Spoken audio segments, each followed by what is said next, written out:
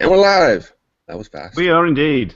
And we would like to welcome our very special guest, all the way from Singapore, which is somewhere in Southeast Asia, I've just discovered. It's Alistair Harding. Hello, hello. Well, kia ora, as we say back in New Zealand. Oh, yes. Well, I forgot to mention he's from New Zealand originally, but he's now globetrotting. There's the feed. And living a healthy lifestyle, waving bottles of bottled water about. Yeah, well, I just thought, you've got your wine. I thought that I'd better at least... Product placement. Okay, if you can do product placement, I shall do product placement. This is Le Heritage de Carolan. It's €4.50 a bottle. There you go. I'm actually surprised, Simon, that you don't sit there with a gin and tonic. Yeah, gin is expensive actually. I mean, compared to a bottle of Plonk, it's about 3 times as much. So, and I do like a drink, so it would cost me a lot. It's not very English, though. I'm English. I'm English, and I've been living in Belgium for 20 years. Ah, okay. Yes, and all sympathies may now be directed to me.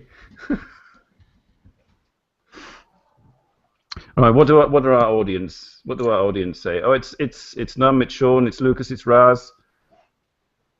Hello, Lucas. How are you? Indeed. We should have find a live studio audience soundboard for the show. Oh, you mean like Google Effects? Yeah. He calls up quickly. Google Effects. Something more complex than that. I have a message from Frederick to everyone. He won't be here because he's selling all of his 1,600 LPs today. I see. I guess it was time for a purge. Oh, my Google Effects don't work. Oh, that's unfortunate. Mine do. Hooray! That was the one I was looking for. That was our live studio audience. They know where to set up too, don't they? Oh, man. So, did anyone else wake up with a hangover this morning besides me? Oh, do I have? No, I will have a hangover later. So what time is it for both of you at the moment? Oh, for me, it is 8:05 in the morning. And for me, it's a very civilized 2:05 in the afternoon. Oh, that is civilized, that. It's very civilized. I come out on top on this hangout, so to speak.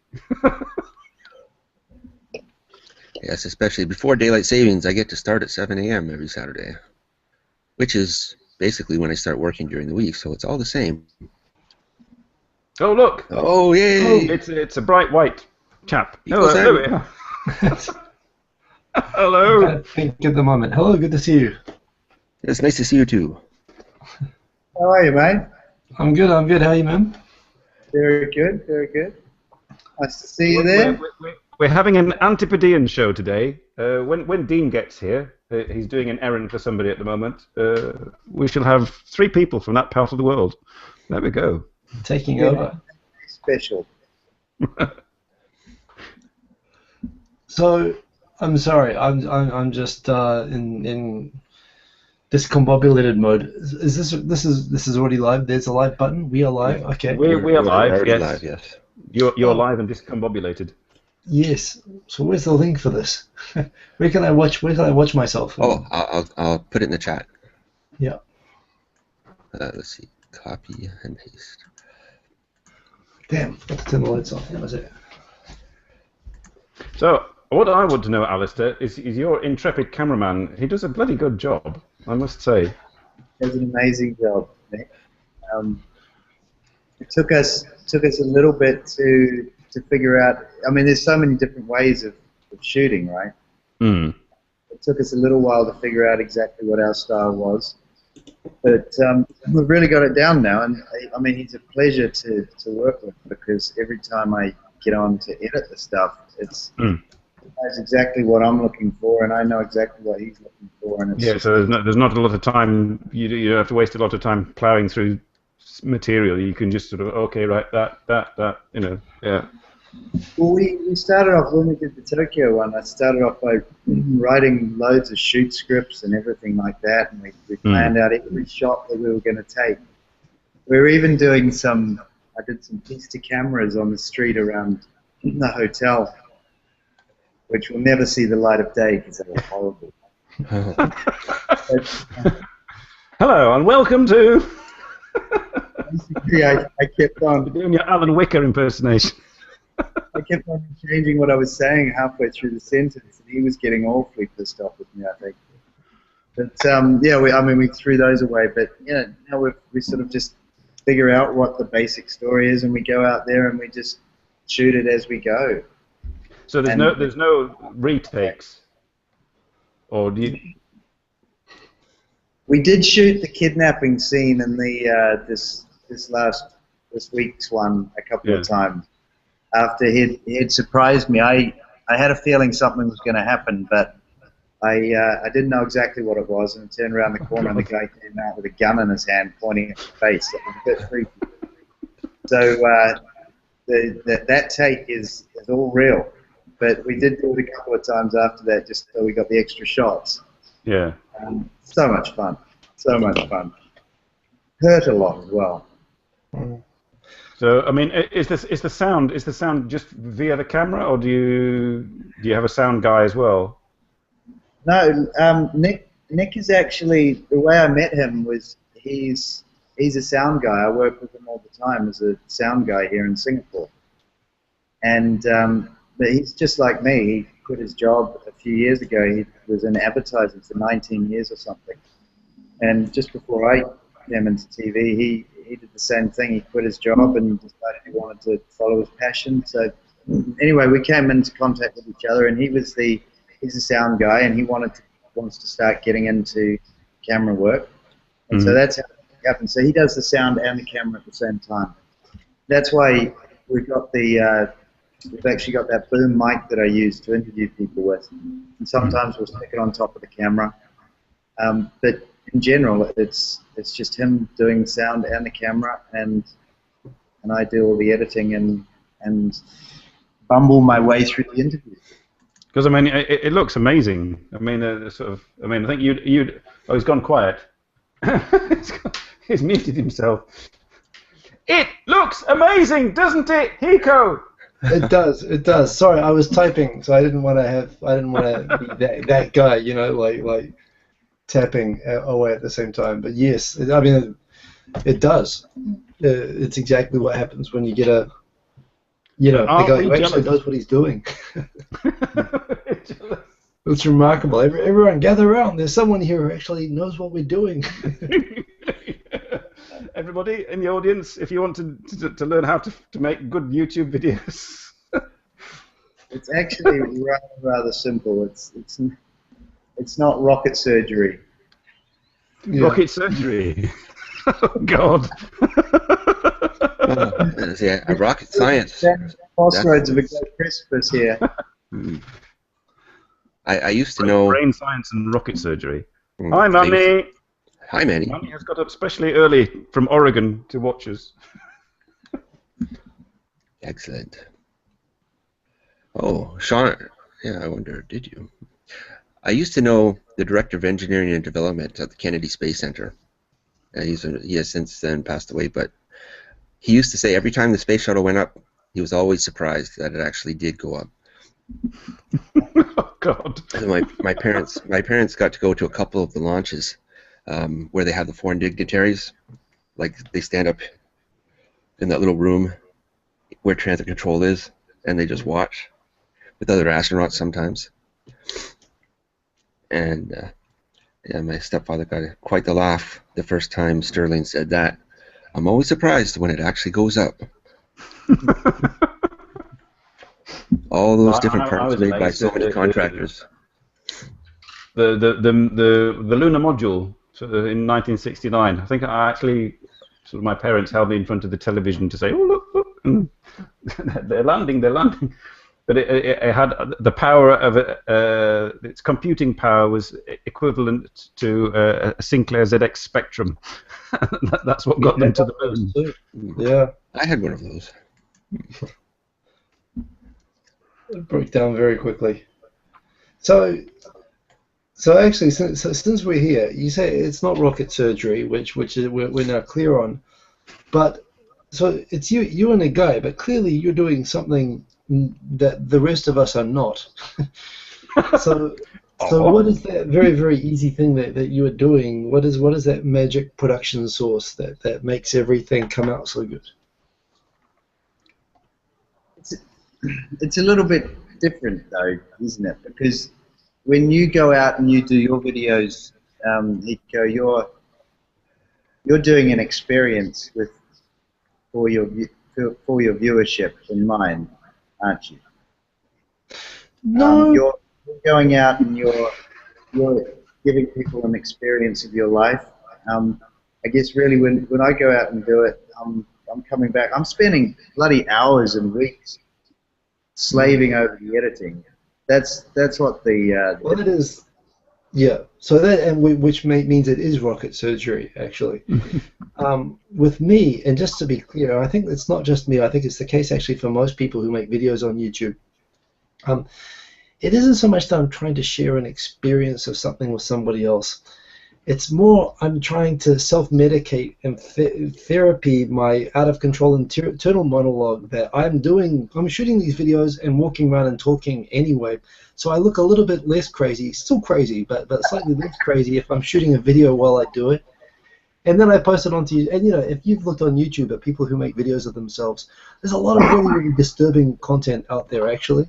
But the great thing is that there's a potential audience of like 7 billion people, and somewhere among that I've found like the population of Thai happy that actually wants to follow me on my walk. So I'm very happy for that. But it's really enjoyable. It is enjoyable. Well, that's it. I mean, like I say, it's therapy for me, and if it entertains someone else, I'm very happy. Mm. Well, I have the population of a small hamlet that watches my YouTube video. It's the rockingest hamlet of hamlets that have ever been. But that's what's cool, right? I mean, honestly, I mean, I have seen there are people who come on and they're like, you know, tearful. I've seen literally tearful videos of I only have 100,000 subscribers, and if I don't get more subscribers, I'm going to throw it all away. You know. I mean, like I said, there's a lot of really weird people on YouTube. I mean, honestly, I would be glad and kind of disturbed and shocked, even one person watching. You know, the fact that you've got a group of people. Are you listening, audience? Yes, we appreciate you. I mean, you know, I don't fully understand what would make you watch. I mean, this show I get, my own stuff I totally don't get, but I'm very glad that you're out there and you're doing it. It's cool connecting with all you guys. I love your show. Yes, I like it too. I catch up on news from Japan every Monday morning or Sunday night, depending on when I get round to it. And I learned so much about electrical grids too, and that was very interesting. Yeah. I like I say, this is therapy. I mean, I should be paying you guys like $1 an hour just as my, you know, I should be shooting the thing on a sofa, because my obsessions with like butter imports into Japan, you know, power grid mismanagement, and you know, I've done some angry videos about power grid, you know, mismanagement and why Japan is all out of whack. It is interesting, but you know, no one wants to listen to that usually. That's usually something you have to pay someone to listen to you talk about. So, you know, I'm getting a great deal out of this. I mean, I'm very happy to give the shirts away every now and then, because I feel like I'm getting a cheap doctor's fee. But I'm not wearing my shirt today. No, it's in my wardrobe. And yeah, I'm not wearing one of our shirts. I'm wearing this fellow's shirt, but yeah, someone has to do it. Hey, I'm not even. If I'd known Hiko was going to be here, I would have worn my Tokyo Tonight T-shirt. Just to prove that. Legit Outlaw and Amanda say hi, Hiko. Oh, hey Amanda, hey Legit Outlaw. Actually, oh, there's the comments. Yes, Amanda and I say hi. Oh, hello both of you. Hello Legit Outlaw. And Travis Moore, I'm in the middle of. I was just typing just now on mute a message back to you. about your streaming questions, which I've been trying to write all day, but you know, I have a complicated situation that I can only write in terrified 2-minute segments spaced throughout the day. So I'm about 3/4 of the way through a technical response. With lots of house chore interruptions. I'm getting there. I'm going to get to it tonight. By the looks of it, he looks like he's going to be getting some money from you too. He's going to send you his PayPal account. Oh, really? No, yes. Yes, for the therapy, yes. Well, Yeah, send it to us as well. We could do with some money. Then. Well, Travis Moore, that character, Travis Moore, he's the guy who designed the Tokyo Tonight logo. Oh, really? Did it out of the blue, sent it to me for free, and I was like, okay, this is it, that's the logo, put it on the shirts. I checked it was okay with him. So, I mean, as far as I'm concerned, you know, I owe him a PayPal transfer anyway. Oh, I just have a comment here, sorry to interrupt, from Legit Outlaw Jess. She says, we're sitting outside enjoying a hookah, watching you guys. Be funnier, LOL. Yeah. I guess, does that mean we need to go into the gutter? I don't know. It's a bit early. I've only had 2 glasses of wine. Yeah. The show needs a little Big Paul. Yeah, big ball. Big ball. But hey, I'm Little Bob. How's that? Big balls, big nuts. What is a hookah? What's a hookah? Yeah, the problem when you well, read it depends how you spell the word. But she's enjoying one, and you know, yeah, that could be interpreted lots of ways. Audience, what's a hookah? She's a good sport. They are sitting outside, so I'm guessing it's a different kind of hookah. You have to inhale, apparently. Yeah. You're in Singapore. How would you know about hookahs?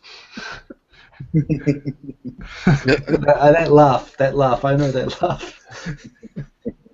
So, by the way, I mentioned this on my own show before, but actually, Alistair, who went by the high school nickname of Ace, we're high school friends. We went to the same high school in New Zealand. But he didn't share his filmmaking secrets with you. No, well, although even back then though, he was the video editing guy on VHS. You know, going up to the favorite rugby league team music videos, and you even back in high school, you were totally into the media editing thing. That was during university, wasn't it? Because what I was getting mixed up here was that yes, we went to high school together, and I used to, when we got to our last year of high school, I used to come up and sit in the front row with you guys, didn't I? Because I was a preacher at school. But I was in one of the classes. You would get streamed. All the intelligent guys were in A, and all us middle of the road guys were down in K or J or whatever the last class line was. And so when I became a prefect, I was allowed to sit anywhere I want. So I went up and pretended I was one of the bright sparks up in the Simon and his A boys. And we were in the cross country team together as well. Well, but metaphysically speaking, we were in the team together. I was about 20 minutes behind Alistair at any given time. We used to run together all the time when I'd come around for the second lap. Yeah, that's right. I beat your brother. I beat your brother on that relay, and he was so crushed that I beat him. It was so funny.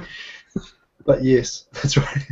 But Ace was actually, that's right. You were like Auckland ranking cross country runner, and I was not. But yeah, I didn't spend as much time studying as you did. Well, you know, I didn't have a life, which made it easier to do. That you were talking about, that was while we were at university. We were flatting together. Right. That was a crazy little flat that we had there. That was a crazy little flat. Oh, so yeah, we used to so. Was the wild man of that flat, I have to admit as well. Sorry.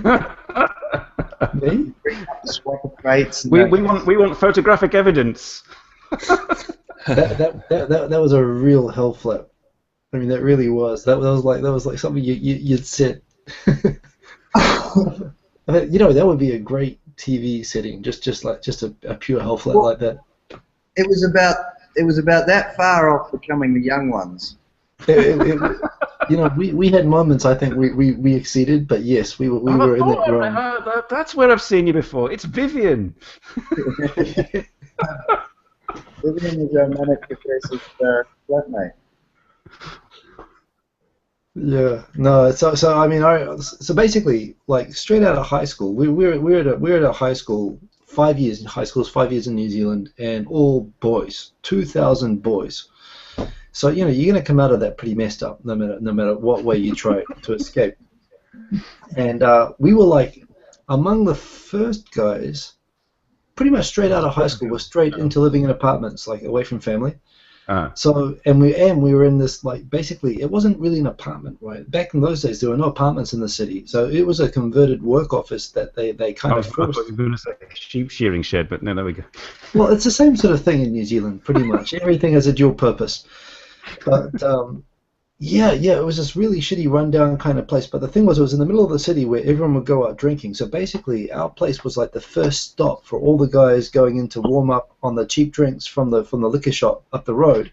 So they would just come into our apartment just spontaneously Friday night, you know, with a tray of beers, you know, 20 cans, and just drink those so they'd be fully drunk before they go out and actually have to spend money in bars.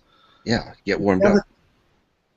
The other thing too about it, Iko, was that, of course, in those days the drinking age was 20, and so we were coming to high school, and we were 19 years old. So if it was kind of like the default. You did a place. good business out of that, as I recall, Mr.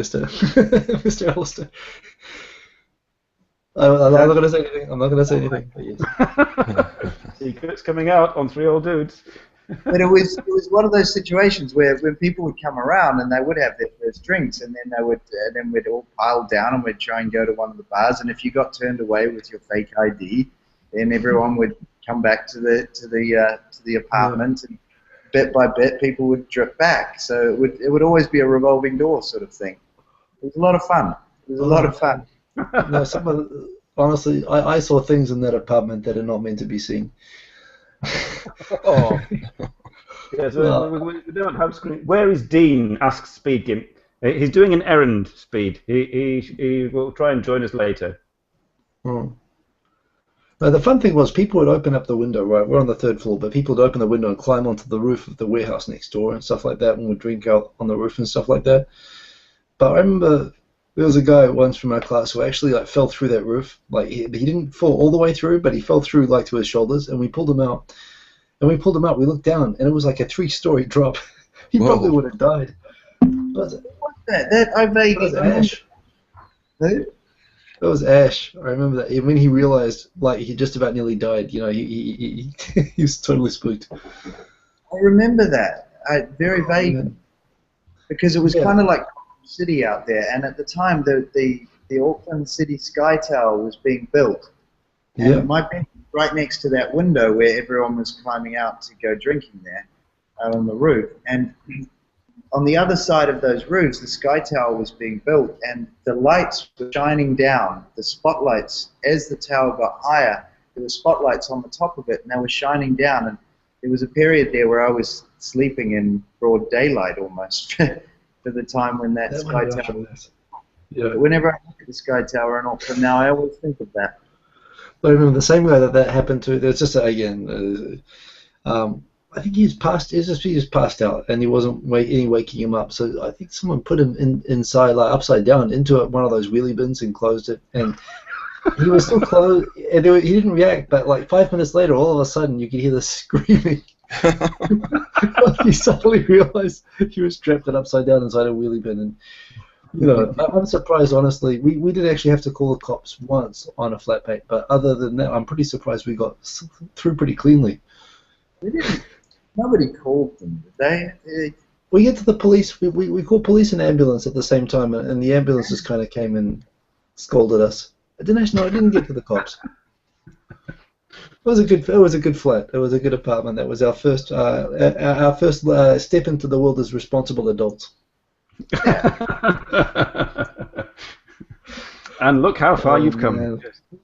Yeah, well, I could never. I tell you, no offense, Ace, but pretty much after that apartment, I decided I couldn't live with white people anymore. I pretty much when I first flirted with Japanese people, I was like, this is it. Not going back to the white man after this. Hmm. It's kind of the same thing that we all said when you walked out the door. It was kind of like, phew. Yeah, no, pretty much. I'm sure. Yeah, I left a trail of destruction in my wake. No, it was, there were some good times, good Yes. memories.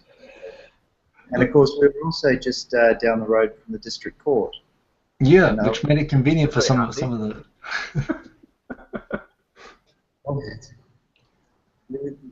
A couple of people in that flat did have scrapes with that in various ways. One person got married. I don't know if you recall that. That requires court. Oh, the court. Yeah, you can do it in the court. Yeah. All right. You are condemned to be married. Actually, yeah, it is a sentence. Yeah. 20 years good behavior. Yeah. No, it's. But I mean, old days. But that whole area's changed so much now. But yes, that was a real. And these were basically just stupid boys who had just been released. I mean, it was like. Everyone had just gotten out of high school and gotten out of, this kind of thing and had no idea how to look after ourselves or do anything properly. I can imagine your kitchen then. God. I was the only guy. The only complaint when I said I was finally moving out was, the guy said, "Who's going to cook all the food then?" Because I wouldn't eat anyone else's food there because, well, I don't think Ace even tried to cook, so I think it was okay. It's no offense to you, but like, Pidge, man, that guy, his idea is a rugby player. So, he was totally, I think he just destroyed all of his taste buds. All he had to do was process food. He was just, exercising all the time. So he literally had a huge, like a 30-liter pot. And he would just put vegetables and chop some meat and put it in there and boil it for an hour and pour tomato sauce over it. And he literally composted the food and ate it. I mean, Oh. So I didn't even like the smell afterwards, let alone eating it. So I didn't let him cook. I always used to the way he used to sit in front of the stereo and he'd put his headphones on, and I guess it was. I think maybe it was something to do with pumping himself up for a rugby game or something. He'd sit there with the stereo on, his headphones. You could hear them even though he had the headphones on. He was just blasting. I remember one morning his mother came round to pick him up to take him to church, and sitting there at 6 o'clock in the morning doing exactly that, and there was a lot of shrieking that went on.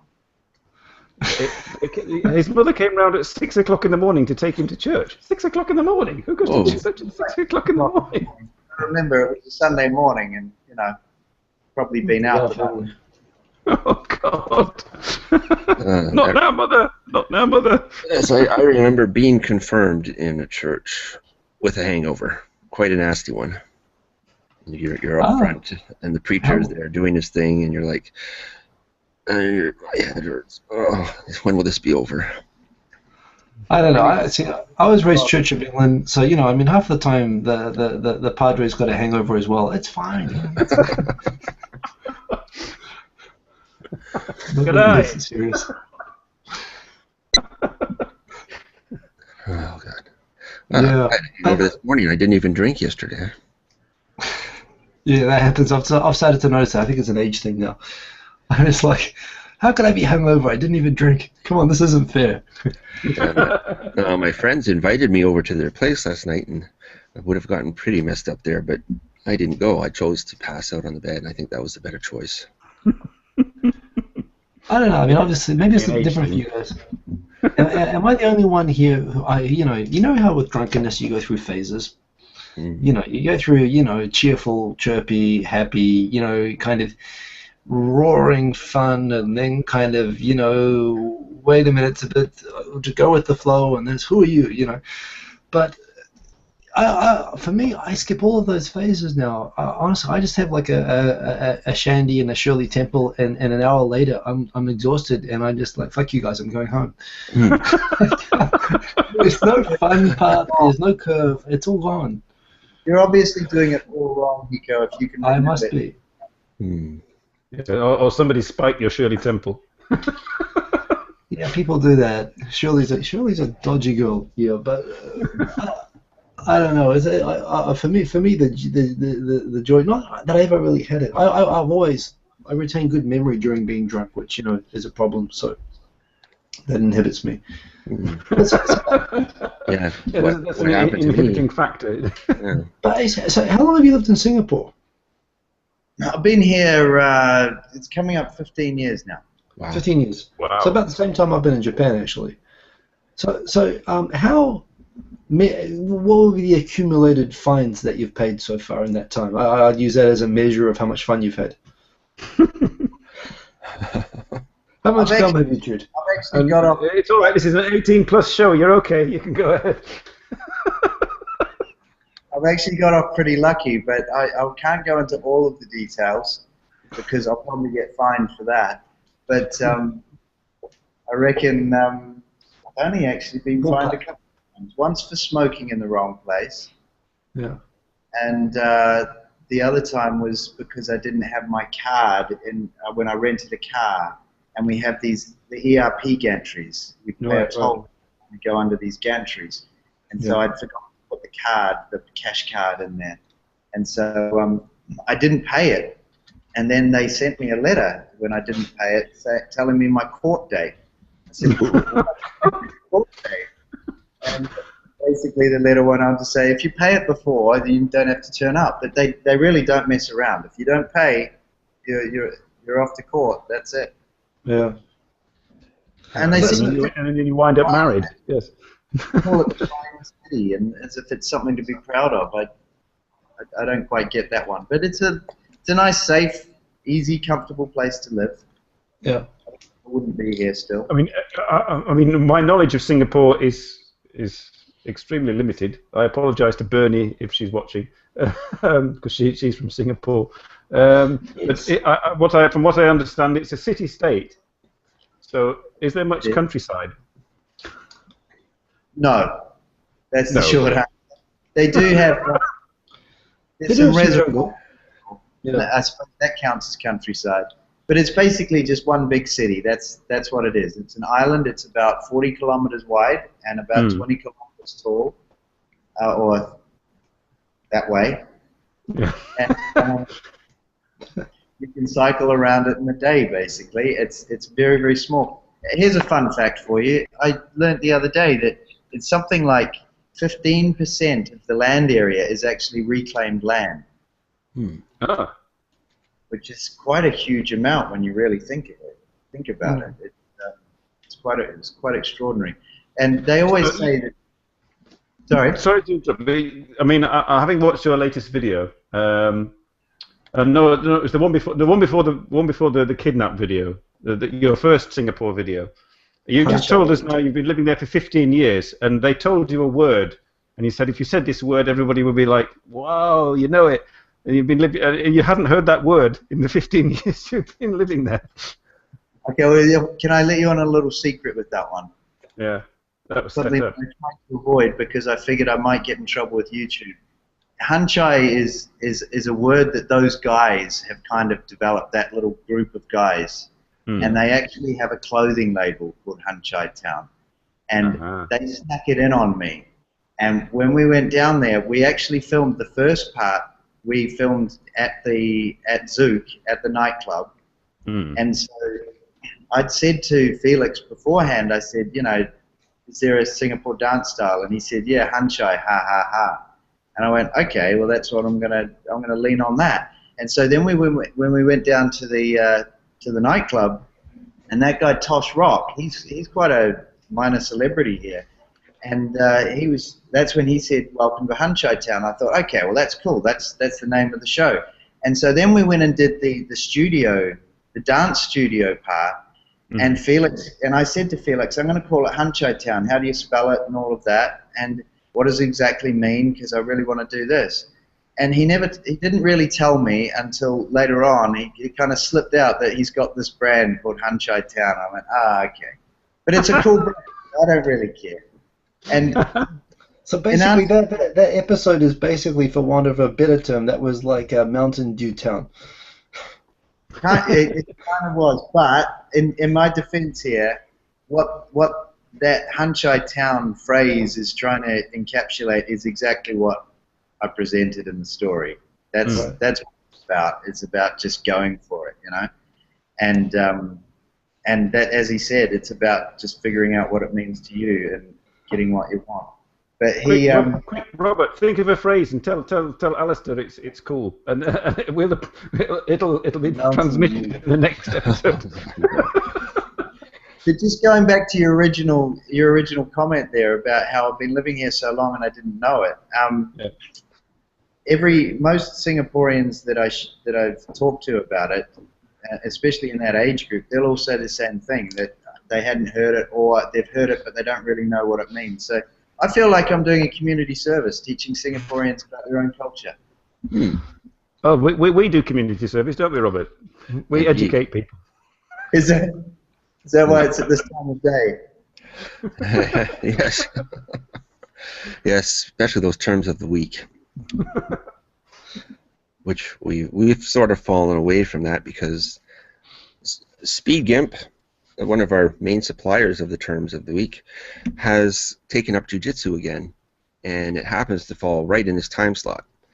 So he's frequently unavailable. Yes, they don't appreciate him watching 3 old dudes while they're busy doing jiu-jitsu. They're not conducive to jiu-jitsu.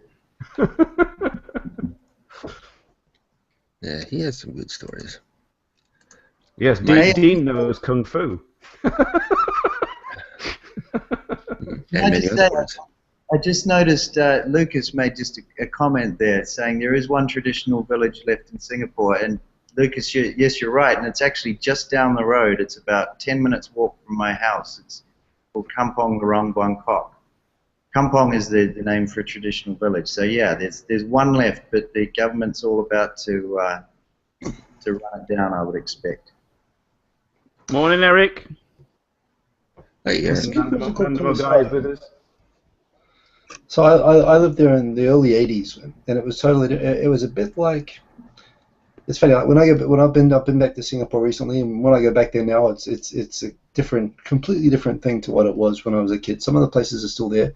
When I was I found now that places like Bangkok are a bit more like what Singapore was like when I was a kid. It was a bit more. Singapore was it was a lot dirtier.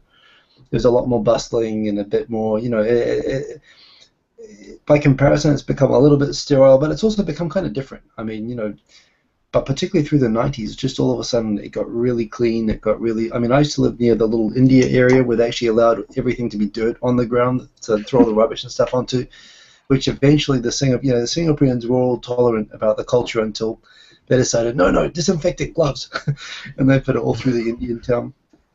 But I used to live inside a Singaporean army camp, which was beside one of the big nature reserves there. So we actually had, you know, like serious nature right beside. Our house was actually facing the jungle. So you know, you'd have. We never had, personally, I'm just thinking, the most we ever had were like squirrels and, you know, scorpions and big snakes and stuff. But yeah, some people, there's actually, you know, there were decent sized animals and stuff in there as well, at least for a time. Yeah. Well, there's your next video, the jungle in Singapore. There we go. That's Alistair. I used to live up near those reservoirs a few years ago, and I used to go running up there at night. And there were times when I'd get confronted by a wild boar. There's loads of wild boars up there digging up the ground, and one time there was a huge snake in my path. Yeah. I mean, some of the biggest pythons in the world are around our drains here. You must have been up around Sembawang, were you? Yes, well, Sembawang was where the New Zealand Army base was. We lived in Nisun, which is right near where the zoo is. So, which actually, when I went to the zoo about a year ago, it hasn't changed that much actually up there. That area wouldn't change much at all. Yeah. Yeah. So it was kind of cool. It was nice to see a place that still looked a bit familiar. But yeah, that was where all the Kiwis used to live. In my time, just places which I know have changed completely. I wouldn't recognize it if I was coming back today. Oh, yeah. Way. But so here's the thing. I know people who live there. Is Singapore as uptight as the image is, or is it? Well, some people tell you it is, and it's boring, and I hate it, and I want to die, and I want to leave. And some people say, once you figure it out, it actually isn't as uptight as the image. But people just have to be kind of discreet, and you have to know where stuff is. So what's the deal with all that? When I first came here, somebody said to me once that they'll give you a leash. Huh. And the leash will be Kinky. long enough to have it time. They literally put me on a leash when I walk out the door. Yeah, can you see the marks? No, that's the way it was explained to me, and that is exactly how it is. I mean, if you do anything wrong, they will know where you are 24 hours a day. It's a very small place. Right. And there are cameras everywhere, and police is crazy there. Yeah. And so that's just the truth of it. But that's why I wanted to do that Unchai Town one to start with, because you can have a hell of a good time. It's not you could drink all night if you want to. There are laws that are pretty tough, but there are 24-hour bars as well. So you can basically do anything you want. The biggest problem with Singapore is that, I mean, you'll know this, Hiko, that it's like you're in a large room, but you can see outside the window. Sometimes you just have to get out. You do get a bit claustrophobic. Yeah. Well, yeah, I suppose if you're on a tiny island. Yeah. But in a couple of episodes' time, we're going up to we got these motorcyclists, and we went up into Malaysia that day to film, and it was awesome. And that'll kind of give you an idea when you do see that what it's like when you can get out of Singapore. You can get out for a day and have a good time. Mm. I was just reviewing. I had a very good time in Japan, that's for sure.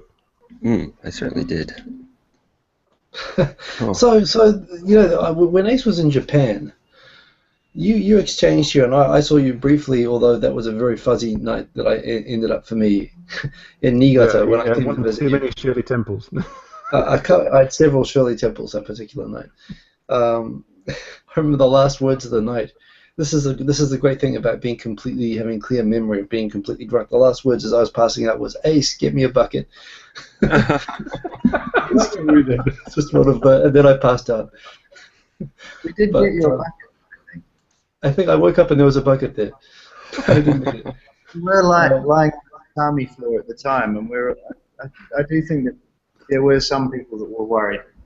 But I had a very specific question for you, Ace, because this is a theme that comes up with another big YouTuber. My husband is Japanese, Rachel and Jun, who's had a channel that's huge here. It's like 350,000 subscribers, and she's really great. She's down in Nagoya. I've seen them. Sorry? I've seen them, yeah. Yeah. So you may have noticed, she is a redhead, which you've not quite the bright red that you once were, but you were a may I say, someone of the ginger persuasion in Japan. And from what I could gather, that was a look. But this was a hey, I'm saying this. What I found interesting was it seemed to kind of work pretty well for you here, didn't it? Would you say it was a positive or negative? Positive, from what I could say. You know how pickup artists, they talk about having an opening line. You've got to have an to get in there. Yeah. And the amount of times someone with ginger hair is able to go up to a girl with ginger hair and say, "You're copying me, aren't you?" And I think that's great. It gets a conversation going straight away. Yeah. Not that I've tried. No, of course not. No, but no, I don't mean from that perspective. I don't mean from, but I mean like, but you know, when you were in Japan, you were. I mean, I remember hearing you love hotel stories and your, men about town stories from being in Tokyo and so on. You brought these CDs and stuff back. It sounds like actually it was almost like an asset. Or was that just your personality? Was it your hair or was it your personality? This is Definitely not the personality. Well, there you go. So it was the hair. So it's a good thing. So see, I'm just saying, there's hope. There's hope. Oh, The hair there's was. this. I think just in general, if you're going to Japan, I think in general, or anywhere in the world, hair is always good. Hair is good to have. Wait a minute. Now you're jabbing back in the direction there. No, now I'm not comfortable. Touche.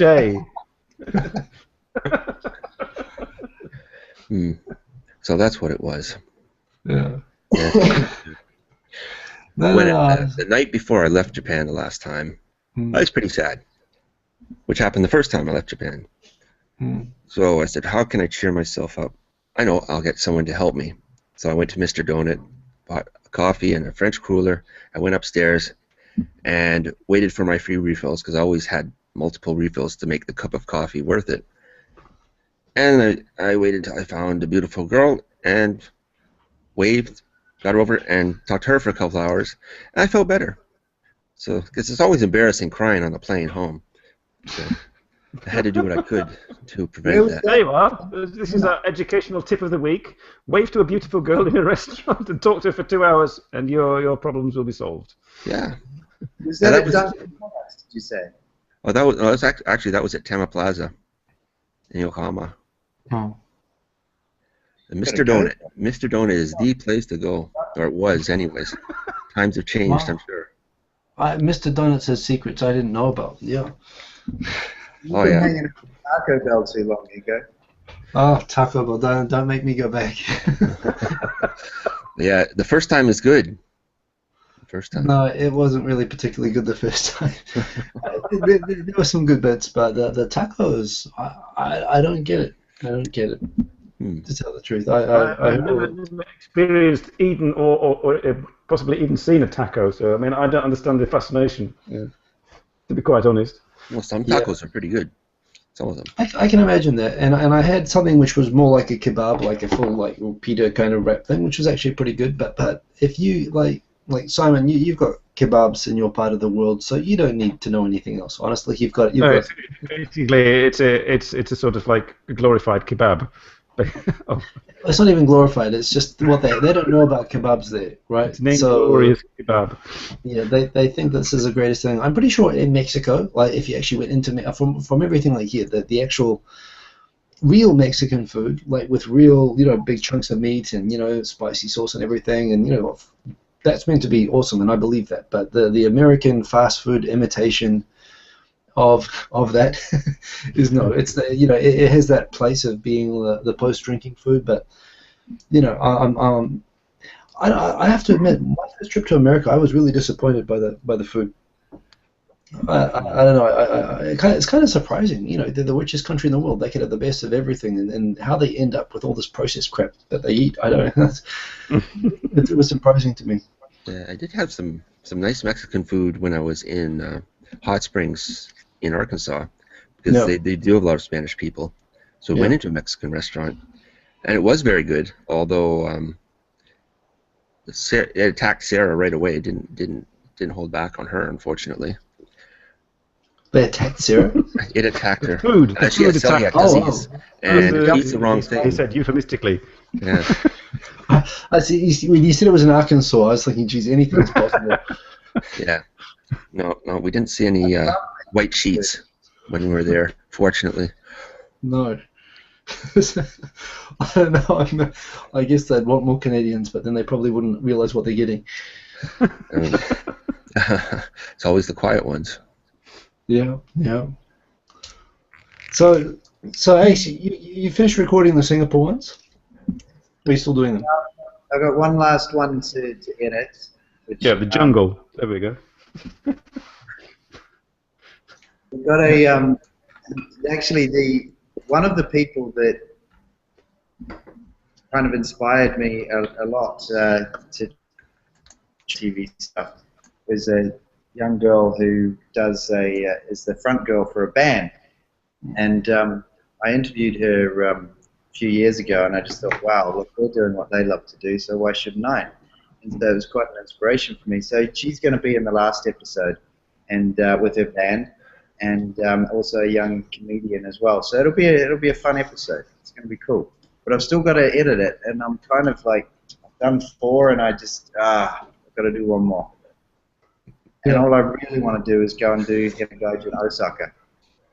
Yeah. Osaka. Have you been to Osaka?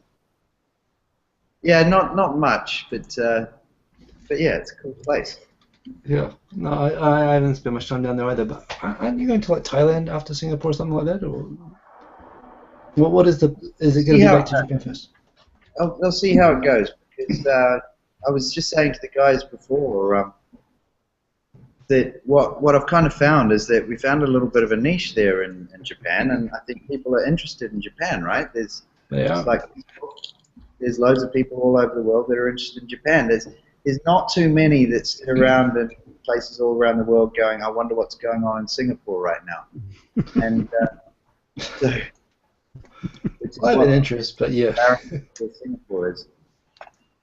So maybe, actually, we can throw this to the old dudes. What do you think the thing? I mean, Ace and I had a fascination with Japan, and we've both been there and spent a lot of time there. But for you guys, what's the draw about Japan? Do you think for people, all these people who watch these Japan vlog and videos and so on? What is the draw? Do you think? Well, you can divide it into two camps. You can divide it into the sort of the otaku anime fans, which like cuts off at a certain age, I think. And then beyond that, there's the people who are fascinated by the sort of like the women. How should I put it?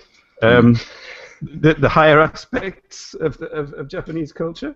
And then you have people who like Japanese ladies.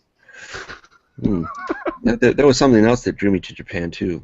It wasn't just the fact that I'd been married to a Japanese woman, a half Japanese woman, or lived with a Japanese woman. I discovered something called a Nissan Skyline GTR in the early 90s. Makes sense. And it was on a drifting video, and I was like, what are they doing? And I used to do that with my car, my first car, because I had a rear-wheel drive Plymouth Satellite with a V8, and I used to go around every corner sideways because that's what the cops did on the show, on TV, so I wanted to do that too. And then I found some drifting videos and a group of guys that made rather funny videos, grip video, and that was it. That was the car. And the first time I went to Japan, I went to a Nissan Red Stage and test drove one, an R34. And so R34 is a Skyline? Yeah, Nissan. That was the one that came out, I think, in '99, was it? Right. But that's my favorite R30. That's my favorite GTR, that particular one.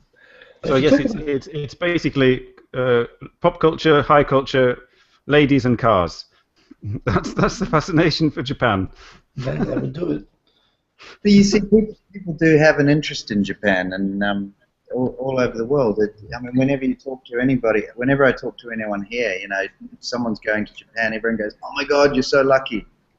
That's a place." Blah blah blah. I mean, you live in a place, Hiko, which there's a lot of people that just dream of coming to all the time. I don't think we necessarily have that in Singapore, and so I've found that with this Henna Gaijin Singapore episodes that there's a lot less viewers.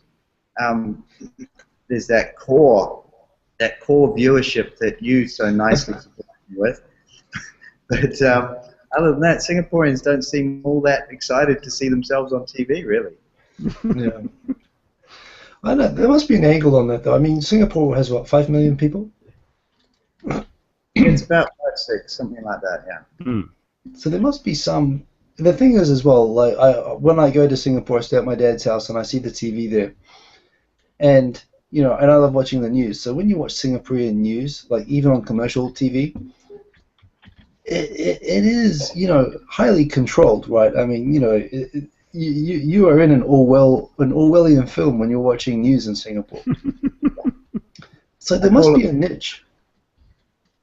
Yeah, you can see how there must be hate at the end of the news. There we go. No, well, it's not like that. It's kind of like being in a kindergarten class where the teacher's making sure everyone gets an award and everything is presented in a certain way, and it's just like you can't trust the people to have too much basically the way the news goes here is, look how wonderful it is here, and look how bad it is over there. Well, that Oh, works. man. I just remember the last time I was there. There was, I think it was coming up on the National Day, and it was some anniversary of the independence or something like that. So it was a big national day coming up, and so they had this the news contest on a commercial news station was write in, or email in or text in, and tell us what the name of your favorite Singaporean patriotic song is, and here are the winners. And the winners are Mr. Singh, Indian name, Mr. Arab name, Mr. Chinese name, Mr. equally, just keep the riot under control constantly for 50 years. And it was like I was just watching it, just kind of, like, wow, people just watch this.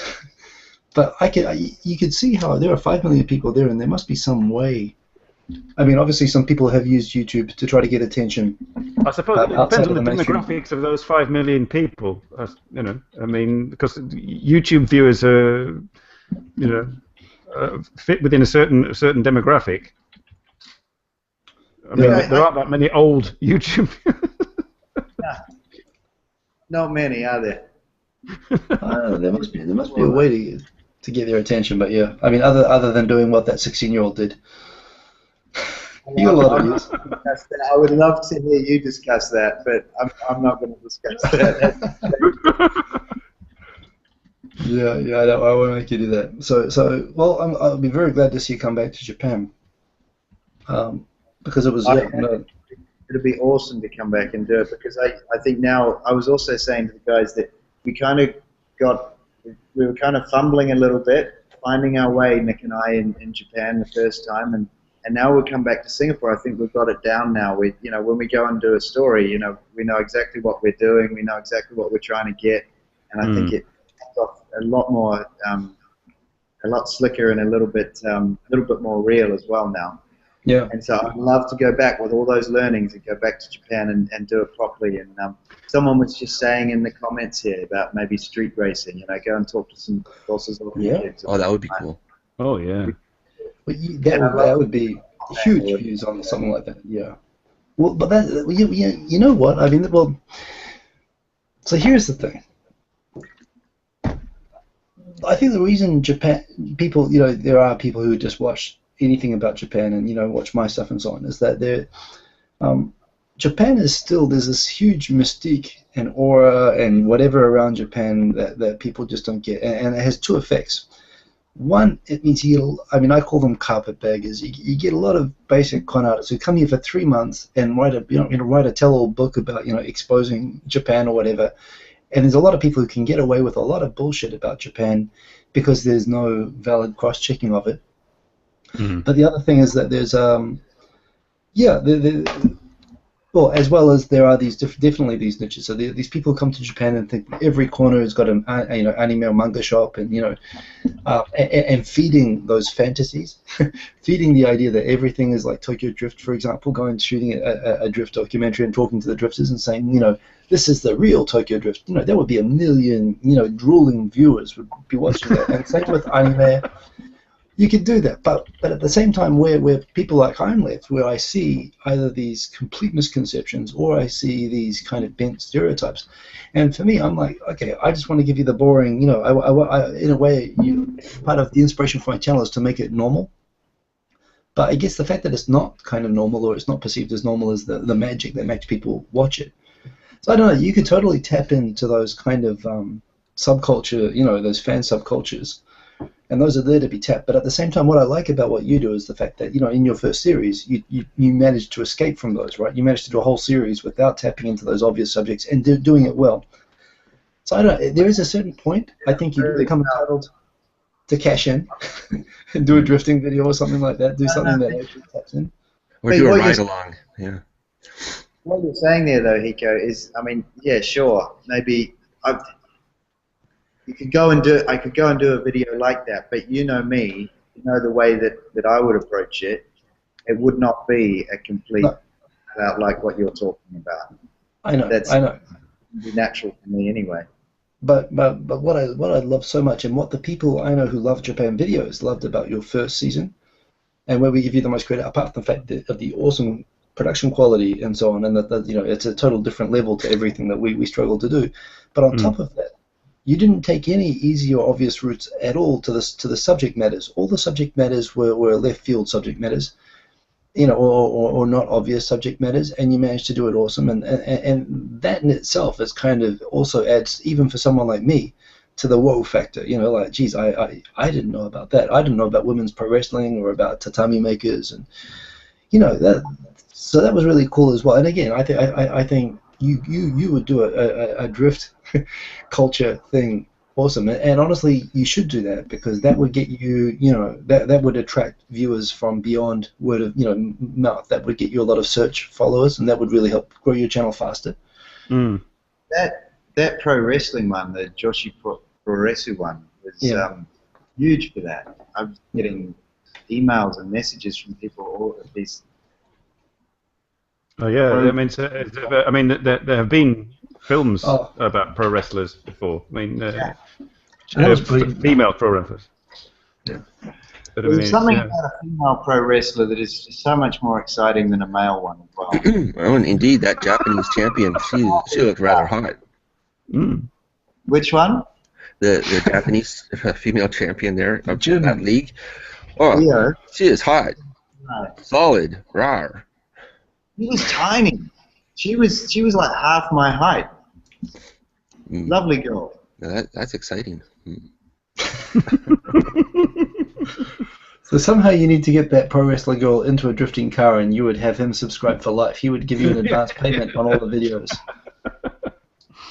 I tell you, she's got a really interesting backstory, which I couldn't really tell on the. Go look her up on Wikipedia. She spent some time in Mexico, and a little bit longer time than she'd hoped for. Uh-oh. Mm. All sorts of intrigue going on with that girl. Cool. So, I mean, do you have now plans forming in your mind for going back to Japan? There's no real plans right at this moment, because I'm bloody tired. In the last 2 months, every weekend filming, and every night going back from work and editing, and I'm exhausted. I've just got this one last one to do, and I figured maybe give it a few weeks and see how everything settles. But right at this moment, when I look at the viewership now with doing Singapore, it's a lot harder work than it was in Japan, and I would really like to go back to Japan, because I think that we could do it even better. I'm actually quite amazed when Hiko says stuff like that, because I think that we could have done it a lot better, and I'd love to go back and do it a lot better and prove that. And would you stick with that theme? Under the the chasing your dreams theme. What's that? Would you stick with chasing the chasing your dream idea? I don't know. I don't know. I'm starting to feel like maybe we're running out of topics there. I think maybe make it a little bit more general and just talk to interesting people. I'm not sure. What do you guys think? Am I running that one a little bit too thin now? I don't think so. Yeah? No. Yeah, well, like for a different angle on the car scene. Interview some of the friendly police that let these guys run at max speed on the highways. That, you know, kind of supervise in a friendly way to make sure no one's going to get hurt. Because I've seen some videos where these guys are going insane speeds on the Tokyo highways, maxing out these crazy 1,500 horsepower plus cars. Looks, I mean, for me, I'm a car guy, and that's pretty exciting. But whenever I talk about cars in the show, our viewership just tends to fall away, unfortunately. Phyllis is going, oh Lord. One of the interesting things I know about those Bosses Oku kids that do that, I saw a documentary years ago or something on YouTube maybe, and it was actually they were going really, really slow on the highways. Nico, tell me if I'm wrong here, but they were going really, really slow, basically to try and give them to stop all the trucks. So they emptied out the expressway, so then they could hoon it. But they were actually doing the opposite to what we all thought. They were actually going really, really slow. Yeah, they do that. Well, the biker Bosozoku gangs, definitely do that. And like around New Year's and whatever, when they all get together and they go onto the main, the biggest, busiest highways during the going home season, and they block those highways off. And sometimes they not only slow it down temporarily to go forward, but they actually block it off so they can start doing donuts and stuff like that. And they actually cause these massive traffic jams. And then they have these, and the police can't get to them because the highways are blocked. Yeah. And they they have these huge, and then when the police get to them, they have these TV specials of it. When the police get to them, the police come and grab them and confiscate their bikes. So they know their bikes are going to get confiscated anyway. So they just abandon their bikes on the highway and run away on foot. And their bikes are all over the highway, so the highway's still blocked. I mean, they do all sorts of stupid crap like that. But yeah, no, the what really I'm not matters. quite sure how I would cover that, because I do want to participate more in these things, but I don't really want to be running away from policemen in Japan. No, there's ways to do it. I mean, my information is definitely old, and I've never really been in on this, and I'm sure you could find people who are.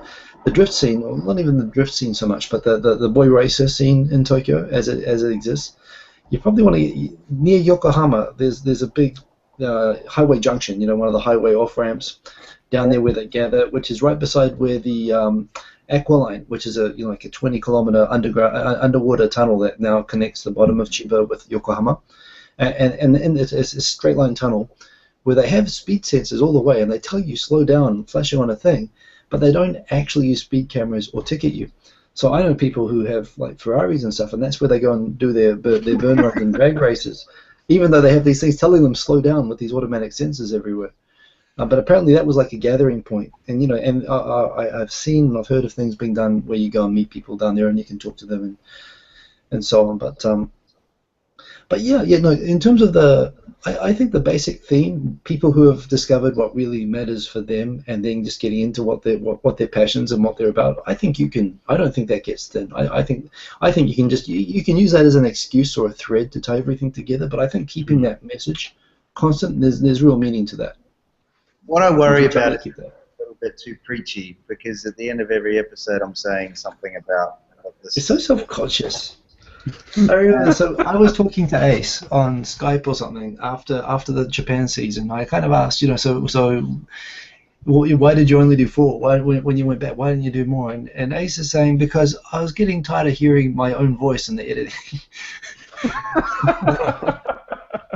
Like, you're doing a good job. Everybody watches this, and they're all, look, everybody who watches this unanimously. I mean, I get trolls and stuff. You've got no down thumbs. People unanimously love your videos. So, you have to be a little bit more Australian. You have to. I'm half Australian. Less New Zealand, more Australian. You have to. I'm bloody great, aren't I? You just have to.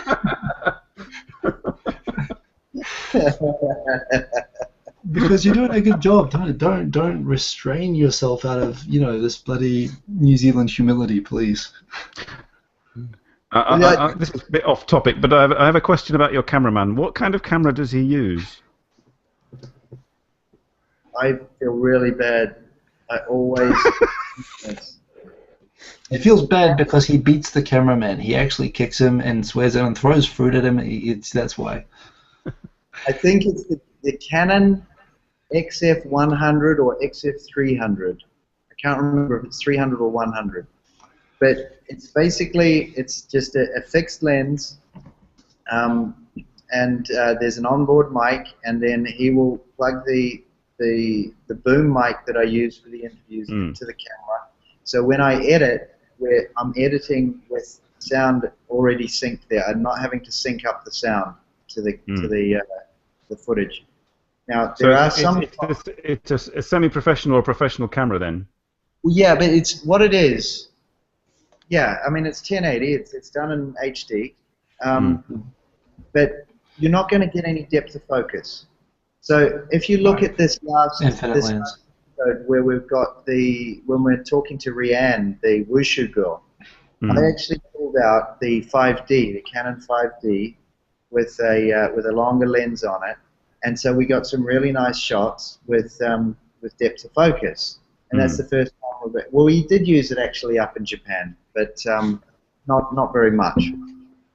But yeah, that's the difference. You get such a nicer quality with the 5D, But then we have the problem that I don't think we can actually plug the sound straight into the camera. Right, you have to mix it up. Yeah. With the sound on the pictures. I don't want to sync it up. I just want to edit it as it is. It's a lot easier. There's a new 5D. There's a rumor that there's going to be a variation on the 5D that's going to be specifically video friendly, like a first specific, like video version, like a 5DS. They're going to call it or something. Yeah, and then you've got cameras. I've got the GH3 and the GH4 and so on. I mean, those are video cameras that are shaped into DSLRs and can do that, but the sensors are small, so you've got a lot of limitations around that. But oh man, when they started, I'm kind of surprised in a way. I mean, I guess that's a TV show, that's a production camera that you're using. I'm just googling it and looking at it while we talk about it. But for me, when I saw people starting to shoot stuff with DSLRs. Mind was completely blown, by the difference you can have, like with a shallow depth lens and stuff. But don't. One thing that does annoy me a little bit when I talk to people here that are in the industry and they say, oh, you use that camera, oh, that's a very flat picture, you're not going to get any depth of field and all of that. I think that you just use what you've got, right? And sure. There are tips and tricks that you can use to make it look a little bit nicer. I mean, for instance, spend a little bit more time on the editing. Another one is that I did not do for the Tokyo episodes but I have done for the Singapore one, and I think there's a huge difference in this, is just color grading, color correcting the pictures, the videos. And I spent about two weeks ago, I spent the whole weekend doing all of them, and I came to work on the Monday absolutely exhausted because I spent all day and all night on Friday, Saturday, Sunday doing it. It was a hell of a task, but it's so worth it. When you look at the pictures, if you were to compare what we did in Tokyo to what we've done in Singapore, the pictures are so much more brighter and beautiful. So there are... But as well, and this is another thing, so you are coming at this obviously from a professional editing perspective, whereas people like myself and we're coming at this from a trying to occupy our limited freedom and spare time perspective. So for us, not editing for a whole weekend and destroying ourselves, like one, we don't have the knowledge to do that, and two, even if we did, we can't do that. But it's funny, you're applying, which is good, and it comes across, you're applying a professional standard, obviously, to yourself in terms of how this is supposed to come out. There are people, I know people who just get like obsessive enough that they will do that. They will spend an entire weekend color correcting, rendering, augmenting the frames and rendering stuff like that. But I've spent, I don't know how many hours when I was trying to figure out video editing myself. But now, for me, it's all very much about trying to spend as little time as possible editing. I mean, you accept a certain level of dirtiness. And there's some charm in that too. Yeah. It's not necessarily wrong. It's what your audience is wanting, and I wanted to set the standard for myself, or for Nick and myself with our project. That I wanted to make sure that when we edited it, that it was nice and snappy, and it kept the audience's attention, because I'm coming at it completely cold. Right.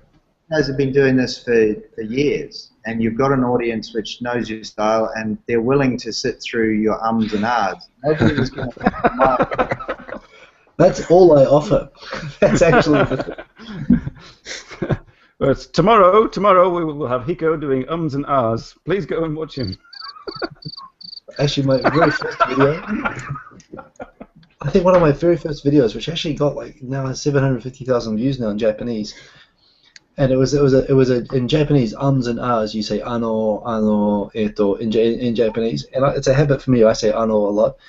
And I remember I did this video, had all these views, and this English comment I remember came up early on and said, "What does that word ano mean? Because whatever it is, you said it a lot." It's like the back of Japan. Yeah. And then there was one point I remember again when there were these mountains of comments coming on this, when the Japanese I think you get these uppity gaijins who, and I used to be one of these as well, trying to say, you're Japanese. You sound pretty good, but you're saying a lot of anos and stuff. You're still not really good at that. You're not as good at Japanese as you seem to be, right? Because you're saying those things too much. And you could kind of tell it was all in Japanese. It was a smart-ass comment, probably by one of these. Oh, my Japanese is better than you guys. But all these Japanese guys suddenly jumped in and responded and said, no, all of those ums make it feel very natural. I'm watching these people fighting about how many ums and ahs I'm saying in Japanese, and it was kind of, I was sitting there staying quiet, but it was fun to watch. Yeah, so it's always good to hear it from someone else's perspective. It just, like, you may get tired of the sound of your own voice, Alistair, but it suits your videos perfectly, I have to say. Thank you. It's actually do you script it and do you practice, or is it off the topic? No, I go over that. I sit there with I've got two computers. I've got the big one where I'm editing on, and I've got the laptop which I'm looking at the moment on my left, and I'm writing it down. As I'm editing it, I'm actually writing it at the same time, and so I'll write it a million times, and then I'm actually saying it a million times as well. The amount of times that you'll inflect a word a little bit differently.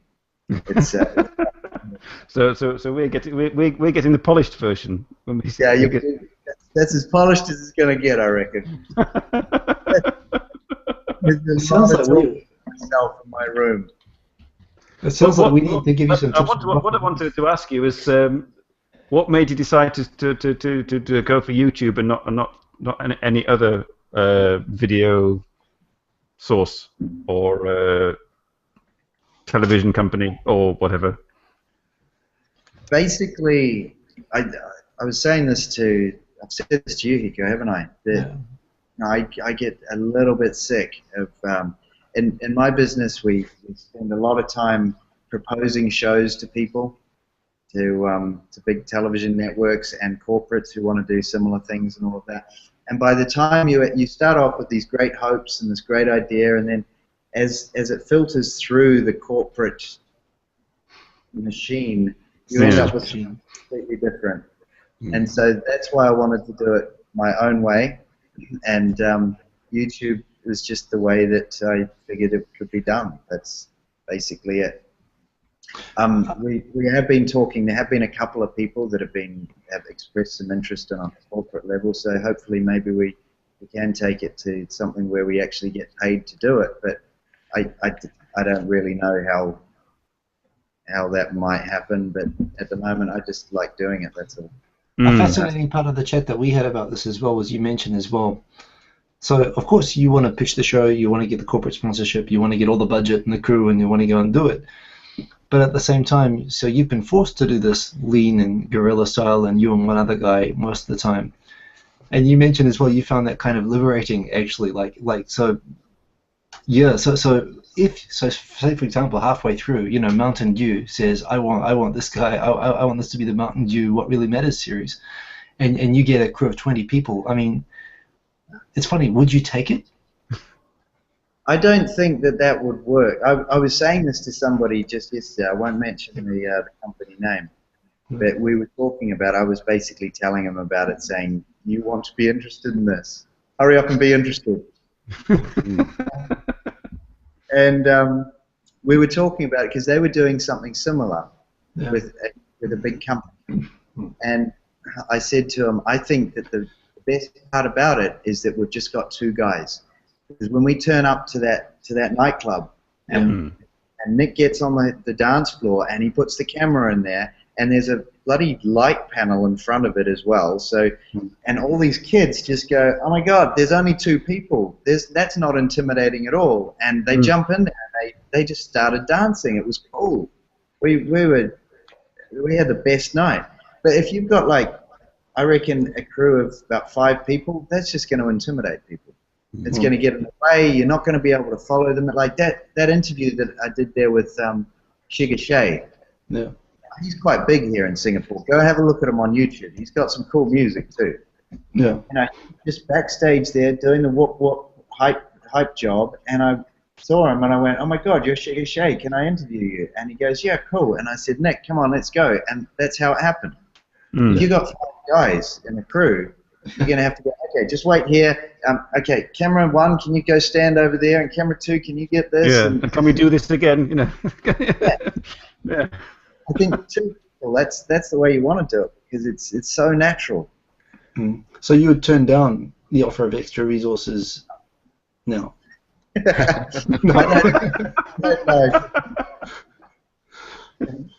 I guess hard place. if Mountain Dew were to come and say, would you like to do that? Actually, my first thought would be, do I really want to sell sugar water? The second thing would be, I'd say, give me all of the money and we'll still do it with 2 people. Yeah. That's the best outcome, obviously. Yeah. Yeah. But, hey, there was something else I wanted to say. You know, you guys were talking, you were asking before about putting together a video. And one thing that I do think that not a lot of people realize, and I want to say, is that when we go out and we'll, say for instance, if I come and interview you, and we'll be standing there talking, and I'll interview you, and then as soon as we're finished, then we will go around and we will take shots of, say for instance, you're sitting there, Hiko, in your room, and maybe we'll take some shots of around your room, your keyboards and all of that stuff, your turntable, so that when we edit it and we're taking out all your ums and ahs and we're just getting what you're saying. Lots of materials just going up in ash from the ears. 1 minute of footage. The rest is ums and ahs. 90%. What I'm saying is that you cut to, that's what we call the B-roll, right? Yeah. It's the cutaway shots. Yeah. And a lot of the time, that's actually just that's the secret to any editing, really, is to be able to cut your interview up and cover those cuts with cutaway shots to B-roll and stuff like that. A lot of people don't really think about that, I think. You say, we do that with screen share, but I mean, we haven't done that today. We've been rather polite. Yes. That's one of those things that what I love about that is that's something that when you say it, it's so obvious and it's so, oh yeah, of course, I see that all the time, but that has never occurred to me a single time ever, any time I've ever recorded a video ever, and it's something I could see would clearly make the videos better, and I've never even thought about it, even though you say it and it's boom, it's so obvious. Well, So everybody, watch Hiko's next video for evidence of this new technique. Well, the other problem is the motivation part, but yeah. When you do stuff like that, then you actually, when you're doing it, you start thinking about that just automatically. And I know it's not natural to begin with, because I remember it clicking with me the same way, just going, oh, okay, yeah, cool. There is a thing which a lot of people who watch YouTube say, and that as a watcher of YouTube I feel as well, which is that it's not. I mean, there are levels and extremes, obviously. When you say unpolished, there are extreme unpolished people out there, obviously, still. But at the same time, the quality is always coming up, and people do figure out things with lighting and having a nice camera and how to make the feed look nice and all that sort of stuff, and how to make the videos look nice. But what people always say is that they like YouTube because the fact that it's a little bit less polished in some ways makes it feel more real and more honest. Mm.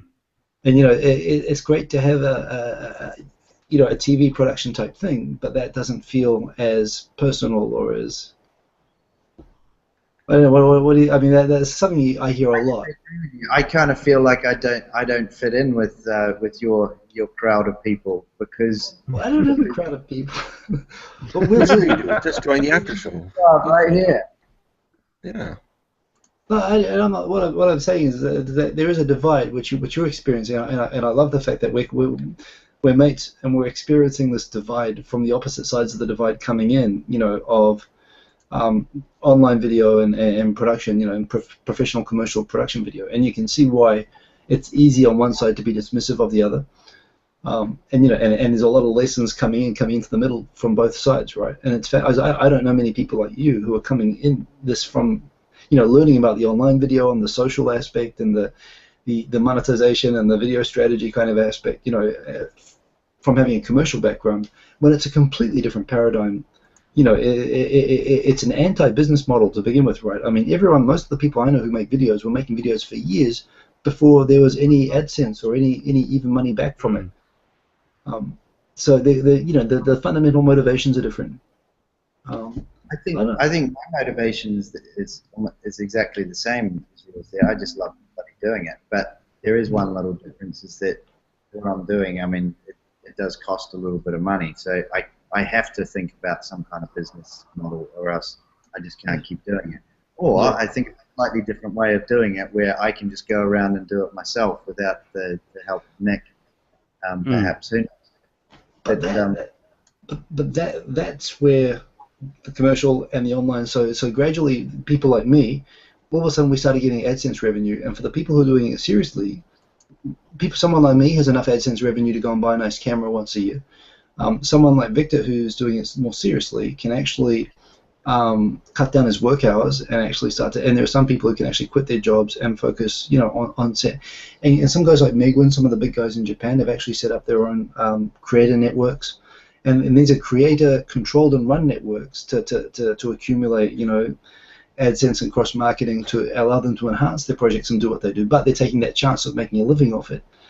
So you've got people who are trying to make a business model from zero, from not having any money, and then you've got on your end, you're in a system, a business system, right? Of pitching sponsors, TV, broadcasting rights, and so on, trying to switch total media and do the same thing, trying to figure out, okay, how do I commercialize this YouTube thing, which is, as Seinfeld said last week, a huge pile of user-generated garbage.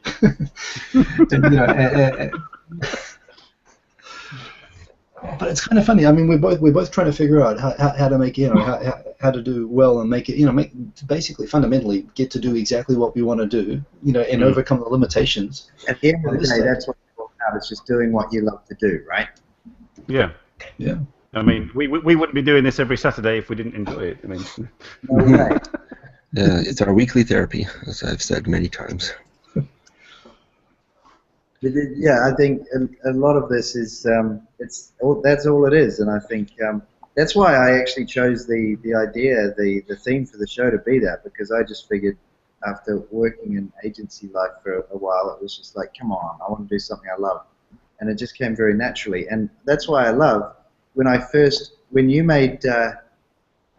you saw the first Henna Gaijin, Simon, I still didn't really have any idea. I knew that you were doing something on YouTube, and I'd seen it very briefly. I made it in Hong Kong. I won't say his name, but he mentioned about it. Yeah. I'd seen you very briefly, and I thought, what? I don't understand that. And then I remember that Friday night. I don't either. That's the joke, but yeah. I remember that Friday night when I came home after watching the first episode, and suddenly you made a comment on it, and it just skyrocketed.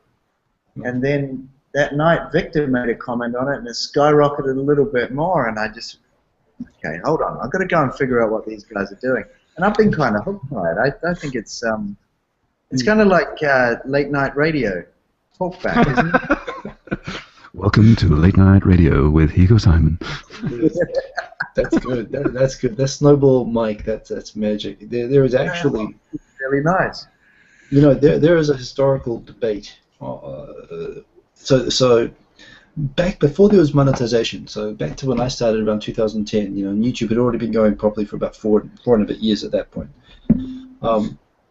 There were two kind of kings of the Japan community, of the Japan, YouTube makers. One was Give Me a Break Man Victor,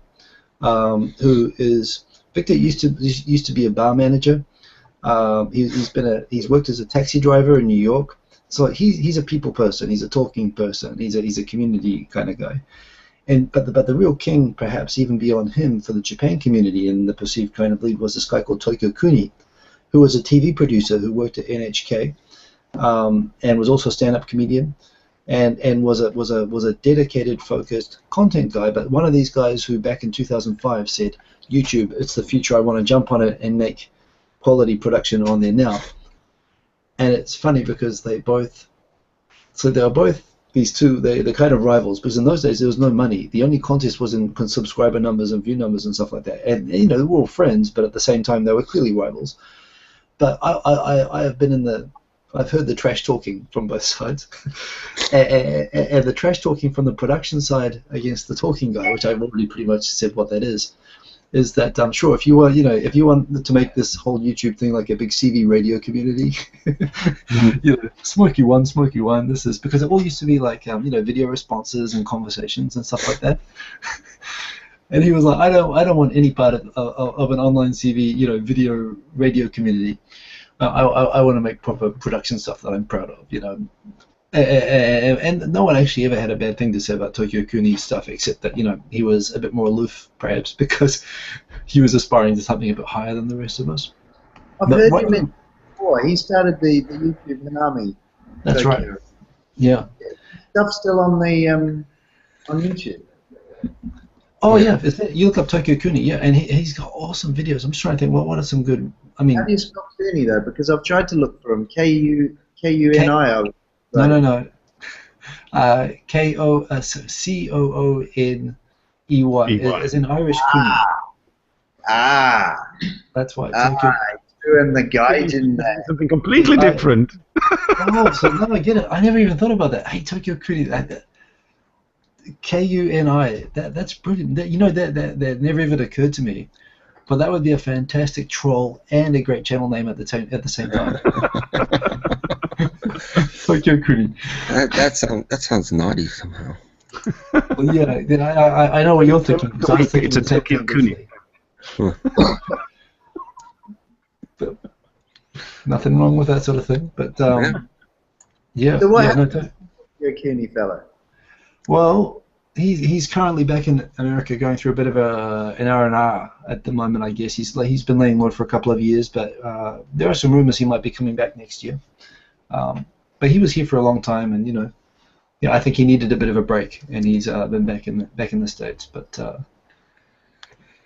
he's a good guy, and he is probably the guy. He is kind of you, except figuring out what you've just figured out just recently, figuring back in 2005 and 2006, and this was a time when most YouTube videos were people in dark rooms on webcams talking about their cats. So the fact that he was actually making good videos made him stand out and kind of become a star, quite early on. So, you should totally check out his channel. I do think that there's so much room for introducing new content on YouTube, because I've started watching it I've got Apple TV at home, and so I'll actually watch YouTube just as much as I'll watch normal television now. And I mean, I think it is the future, personally, but the biggest problem is the quality issue. Most people aren't going to switch over until there is something of a little bit more quality, because they're not used to watching. They're not used to watching something like this, for instance. I've seen. There are 13 people watching. How many people watching now? I've seen it as well, yeah, but look, there's probably more people watching this than watching National Geographic right now. Come on. Oh, I don't know. That's a bit.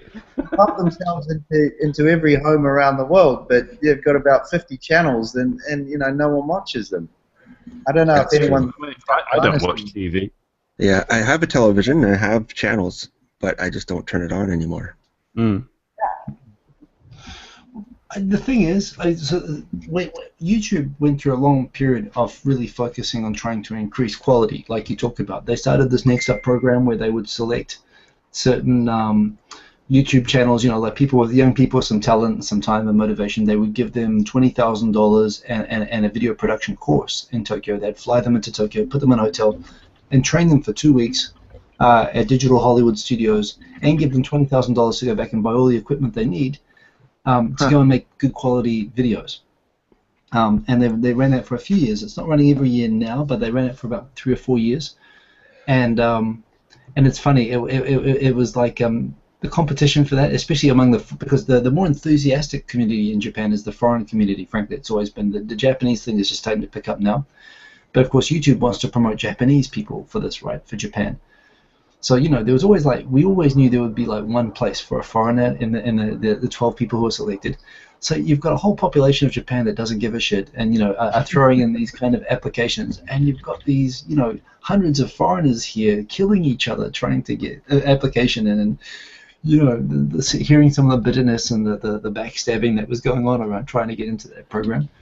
But the thing is, so YouTube was very focused on the quality thing, and they're focused on that from a perspective of trying to get sponsors and AdSense and trying to improve credibility. But at the same time, this is where, and I talked about this on my video Thick to the State of the Tubes thing, I think while that's necessary and while I understand that, that's YouTube trying to act a bit more like a normal TV network and trying to address the quality issue that you're talking about. People who watch our videos now, and the people who discover YouTube and start to get it, well, obviously they're not watching it for the quality. I mean, the quality is always good, and it's always like, oh wow, that is good quality, on top of the normal shit I watch. But the normal shit people watch, they're watching because the content is reliable. It's interesting. It's in my long tail. It's in my niche. It's in my hobby or whatever. I know that this person puts out a video a week. I know it's on Fridays. I know if I can watch it whenever I want, if I put it in my subscriptions, and I can watch it on my Apple TV when I in bed at night. And I know this is always going to be interesting, and I know that this channel's always got something interesting that I like to watch. Maybe I'll skip one, maybe I'll watch the next one. But the whole way of digesting and watching, and the whole way that you evaluate is kind of different for people who are watching YouTube most of the time. And that proportion of the population that is watching more YouTube than cable TV or regular TV, those numbers now, I mean, in certain age demographics, TV is losing. Look, Hiko, when I watch you, for instance, I'm not seeing you as a talking head. Like most of the presenters you see on TV, they're just talking heads. They're just paid talking heads. There was Nick went up on I helped produce a show where they went up from Singapore up to Fukushima recently. I won't name the network or anything, but they went up. And Nick actually went on the job. I helped with the pre-production here, and then they went up and they got Nick to go up and do the sound. Anyway, they go up there, and he came back and he told me that the presenter really didn't care that much about what they were talking about. He was saying to the producer on the job, what do you want me to say here? Point the camera at me, tell me what do you want me to say? Okay, I'll say that. When you're talking, or when we've got the three old dudes talking, the people that are coming in and watching, they're coming in because they want to see what you guys have to say. You're not talking. You haven't been paid to come in and just say something for the sake of it. I think that's one of the beauties that's the payoff of. Sure, maybe the quality is not the same as what you'd get on terrestrial TV, but the quality is a hell of a lot from what you're saying, Well, that's maybe. I mean, honesty isn't the right word, perhaps, but that's what comes across as honesty or realness to people who are watching, and that's the difference, and that's where people will tolerate a quality drop in exchange for that sometimes. Yeah. I don't know. I think there are areas of commercial media that are starting to kind of get that and tap into that better. I mean, I think that's what. I mean, I've told you before. I'm such a fan of Vice News. And I think some of the stuff that they do, I mean, they do a lot of shit as well, obviously. But I don't know. I still like the fact that it feels like it's a camera, it's two people, in the middle of these shitty countries that CNN doesn't bother giving any time to, that are talking to a lot of people, and it isn't always focused on the interviewer, and the personality. It is focused on the interviews and the people. And I'm like, well, this is what I thought news was supposed to be like, and for me it's a revelation being able to watch stuff like that, which I can only watch on YouTube, and even though it's commercial. Yeah, I think. How do they make money? I say that because I kind of think of the beginning of the end was really what was that New Zealand guy's name? It was on CNN, Peter Arnett. Oh God, that guy, I hate that. Yeah. But when that guy became hugely famous for what he was doing, it was because he was in Baghdad when the tanks were rolling in. He was actually there. Yeah. And now we kind of, it's actually on the other way. But you know what? No. I think you're absolutely right. And I'm saying this as a news geek. When in New Zealand, when we had two channels until until fourth form when TV3 started, and then all of a sudden we got Sky, and all the channels multiplied. And I was always this news geek as a kid. I was a TV act. So when we got CNN and the Gulf War happened in 1990, I was one of these. It was like 9/11. We were watching. It was the first time you ever got to watch a war live, right? And I was like 14 years old. And at that time, what is it? Bernie Shaw, Peter Arnett, all the guys in Baghdad who were on the telephone with nothing to talk about, but they were just told to just talk, keep talking for as long as possible. And we were all sitting there watching as they're in a hotel. Are those stars or are those missiles or what's happening or whatever?